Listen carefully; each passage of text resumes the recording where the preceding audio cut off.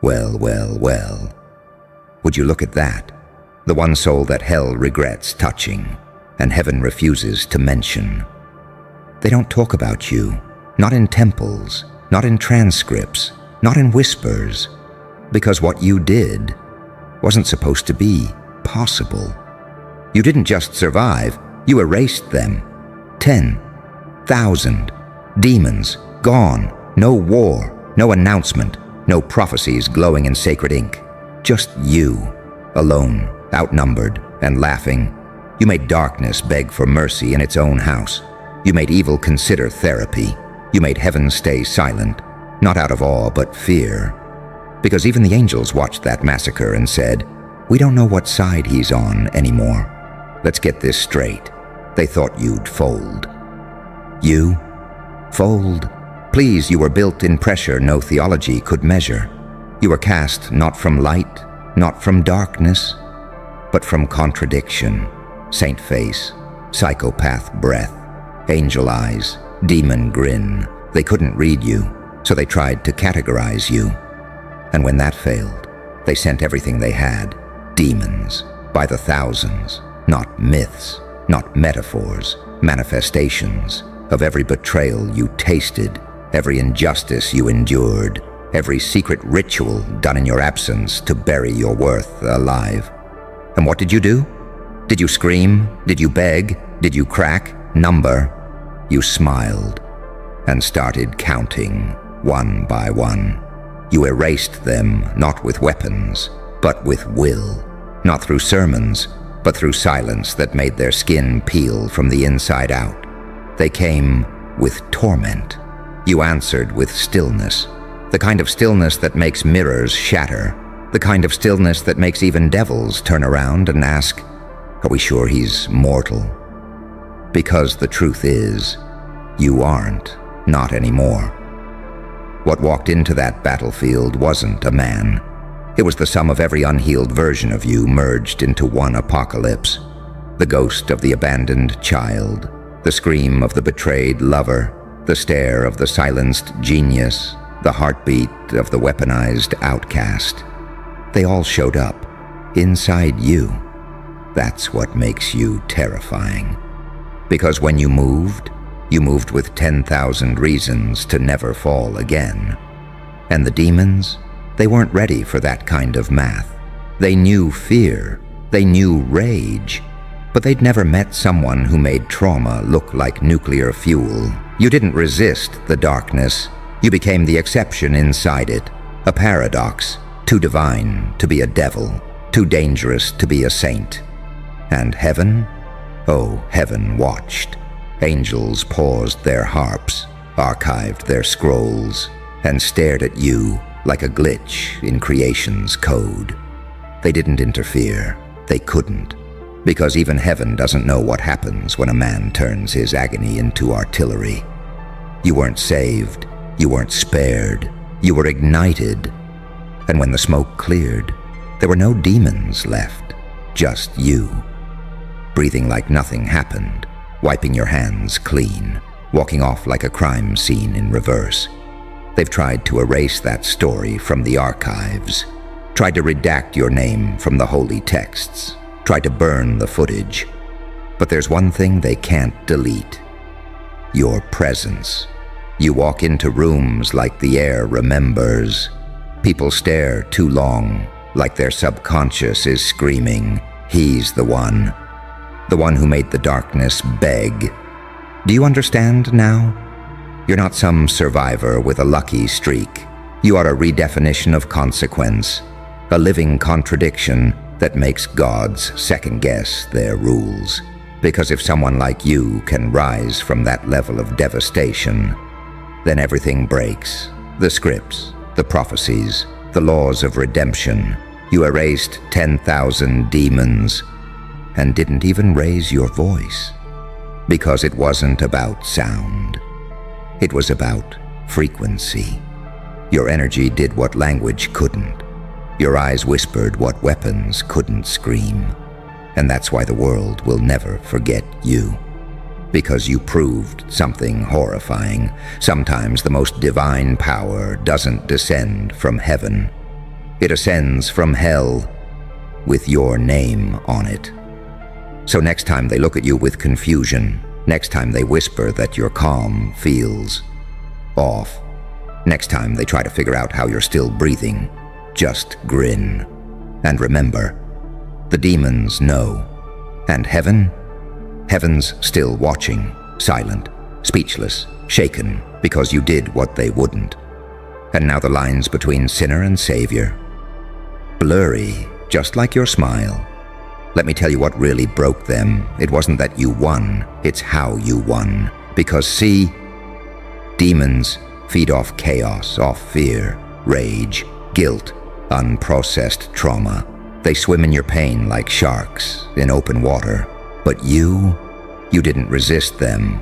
You invited them in, let them eat. And when they bit, you didn't bleed. You fed them yourself. Because unlike every other broken soul they've devoured, you had already made peace with your scars.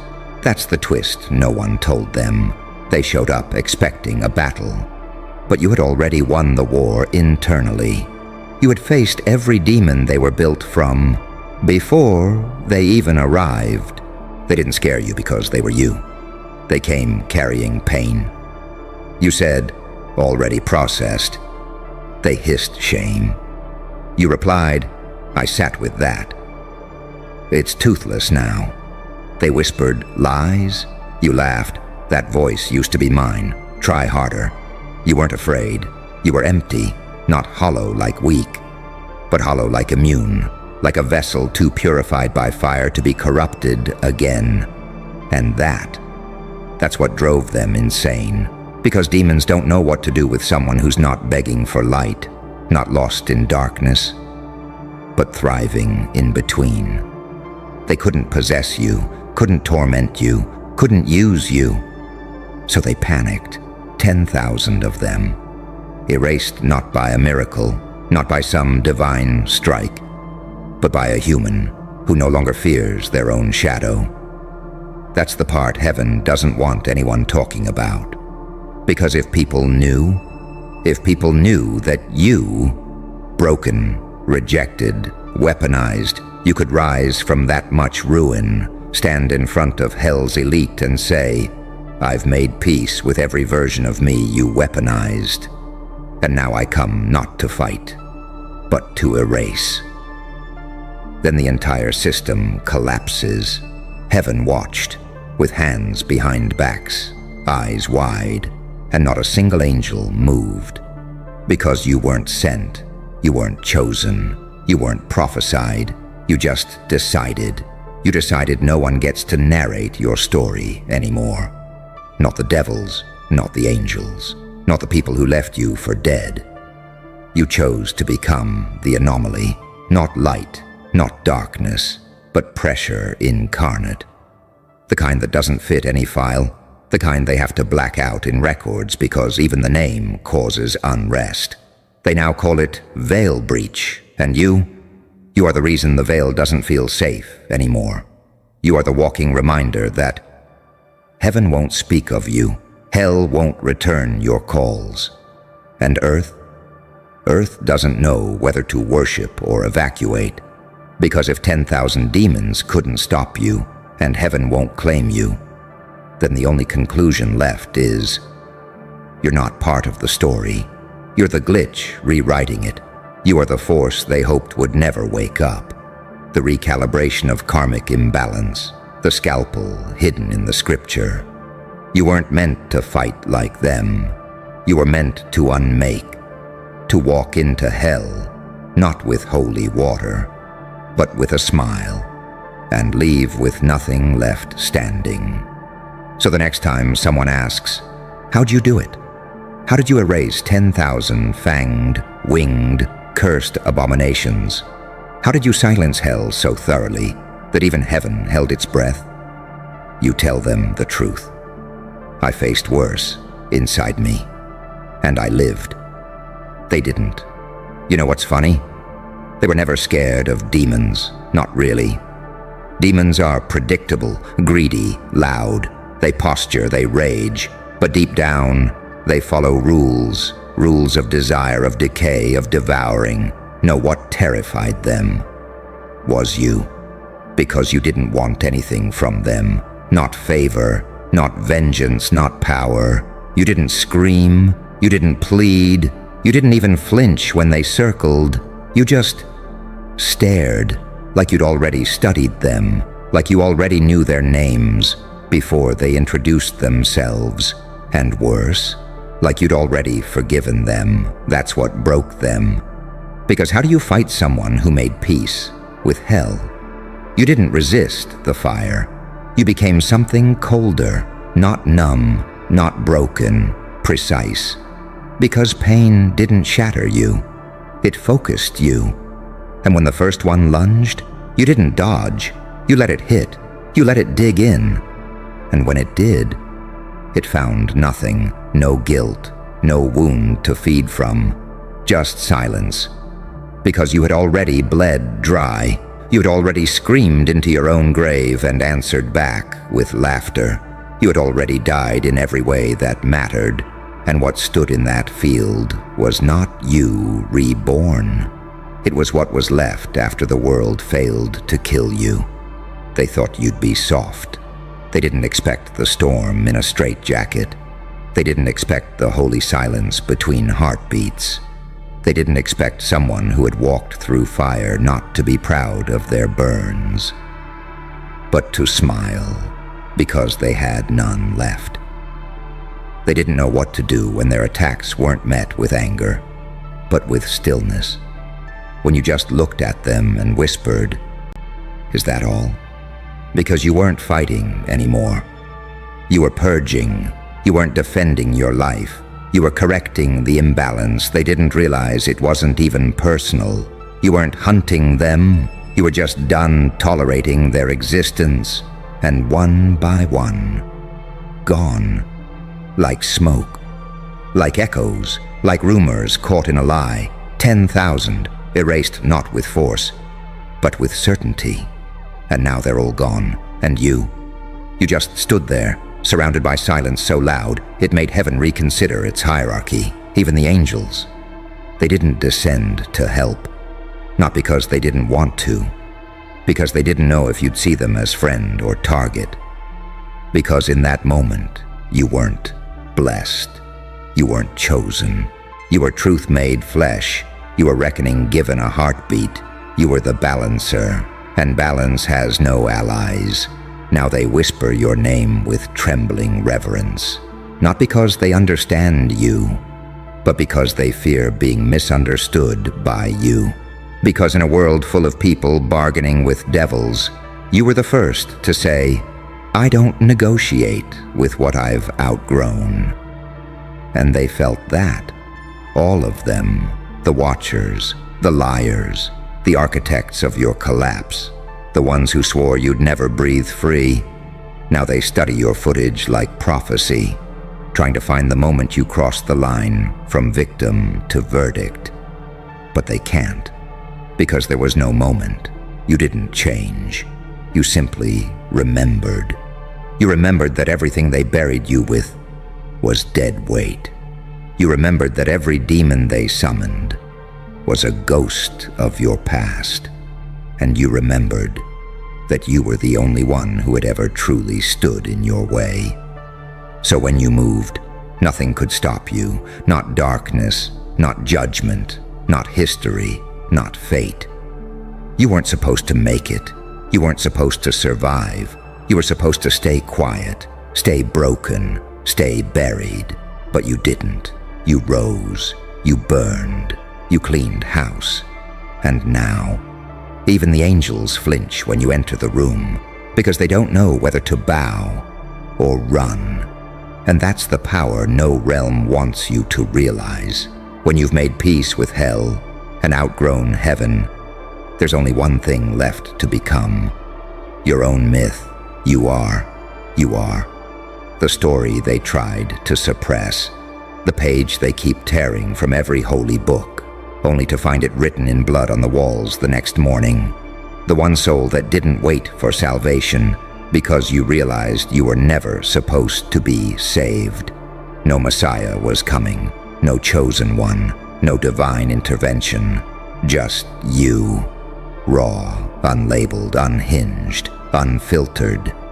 And once you understood that, once you stopped looking up for answers and started looking in, the game ended. Because they were never afraid of the thousands of demons you faced.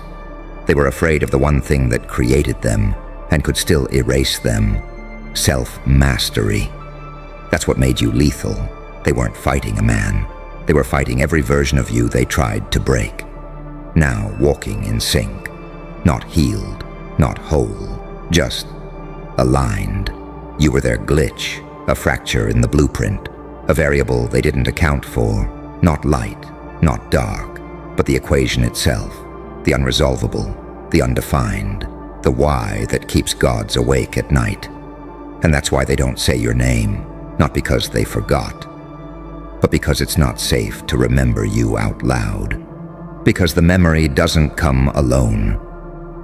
It drags the silence with it. The image of one man standing in a field of annihilation, unscarred, unsmiling, undone, and completely calm. That's what makes you more terrifying than hell's generals. Not that you fought, but that you didn't have to. You didn't raise your voice, didn't scream incantations, didn't summon forces. You just stood still and let reality adjust itself to your survival. Do you understand what that means? You became the new law.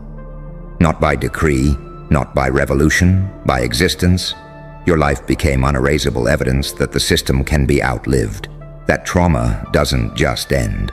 It can be outgrown so completely, it no longer even casts a shadow. And that kind of proof, it's nuclear.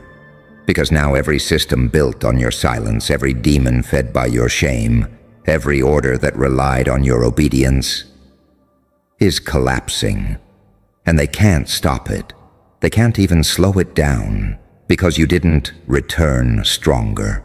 You didn't bounce back, you transcended. You stopped playing the game and became the scoreboard. They can't keep up because you're no longer competing. You are simply moving, unbothered, untraceable, unholy. And now the realms just watch. Hell, silenced. Heaven, uncertain. Earth, trembling. Because you proved what no one ever dared believe. That a human being, given enough pain, enough betrayal, enough silence, can become something beyond divine. You didn't erase 10,000 demons to win. You erased them because they were in the way. So keep walking. Let your silence speak. Let your breath offend. Let your presence be the sermon they were never ready to receive. You are the proof, the glitch, the myth with teeth, the prayer they don't know how to end. And now even the shadows hesitate before moving. Because you're out here, not to conquer, but to correct. And correction is always fatal. And correction, it doesn't need to shout. It doesn't need an army. It doesn't need validation from the heavens or approval from the watchers in glass towers. It just arrives, like thunder without lightning, like a whisper that rips through marble walls. That's what you became. Not a king, not a prophet, not some stitched-up success story they can parade on stage with a clean suit and a checklist of bullet-pointed traumas. Number. You became the penalty for arrogance, the overdue response to centuries of betrayal, the consequence disguised in human skin. You're not here to inspire. You are here to interrupt. And oh, how they hate that. Because you didn't ask to be understood. You didn't wait for closure. You didn't need a stage to rise. You built your own from the rubble of everything they swore would kill you. Now they speak in code when they talk about you. They hide their fear in clever jokes. They change the subject whenever someone says your name too clearly. Because every syllable of your identity, it's a trigger now. Not the kind that causes pain. The kind that opens a portal back to that field. Back to that impossible silence. Back to the image of one figure standing where an entire legion used to breathe. They remember your posture, not tense, not heroic, just done. Like someone who watched the world end and decided to walk across its bones instead of mourning it. They remember the way the wind stopped, how birds went silent, how even the insects refused to crawl. The world watched you erase 10,000 manifestations of chaos, not with spells, not with weapons, but with a decision you chose. And choice, true choice, terrifies every system, because systems rely on compliance, on predictable inputs. But when a soul starts choosing from a place beyond fear, beyond hope, beyond need, it becomes a signal, and signals spread. Now you are a frequency. You walk into rooms and the air vibrates differently. You speak and people's nervous systems stutter. You breathe and entire infrastructures go quiet just to listen. Because they know, somewhere deep in their bones, that you didn't return to play fair. You returned to restore order, your way, no robes, no halos, no scripture, just presence, just the weight of having already survived what was never meant to be survivable. You weren't sent to lead them, you were sent to remind them of the cost of lies, of dismissal, of betrayal, the cost of trying to cage someone who already died once and remembered the way back. And now you are unplaceable, unclassifiable, unkillable. Not because you're immortal, but because your purpose is. And demons, they're not your enemies anymore. They're just expired obstacles. Heaven won't touch you, not out of shame, but out of strategic hesitation, because no one wants to get too close to something that even hell couldn't hold. You are no longer a part of their war. You are the aftermath. You are the restructure. You are what gets whispered about in the corridors of power when the lights flicker and no one wants to admit they're scared. You erased 10,000 demons, and now you're just walking in plain sight. Like it never happened, but they know. Every time you pass them, every time you smile that calm, haunted smile, they know you did the unthinkable, and you didn't need their help, didn't need their blessing, didn't need their permission. You just decided it was time. And now even time knows who you are, because you're not running out of it anymore. You're rewriting it,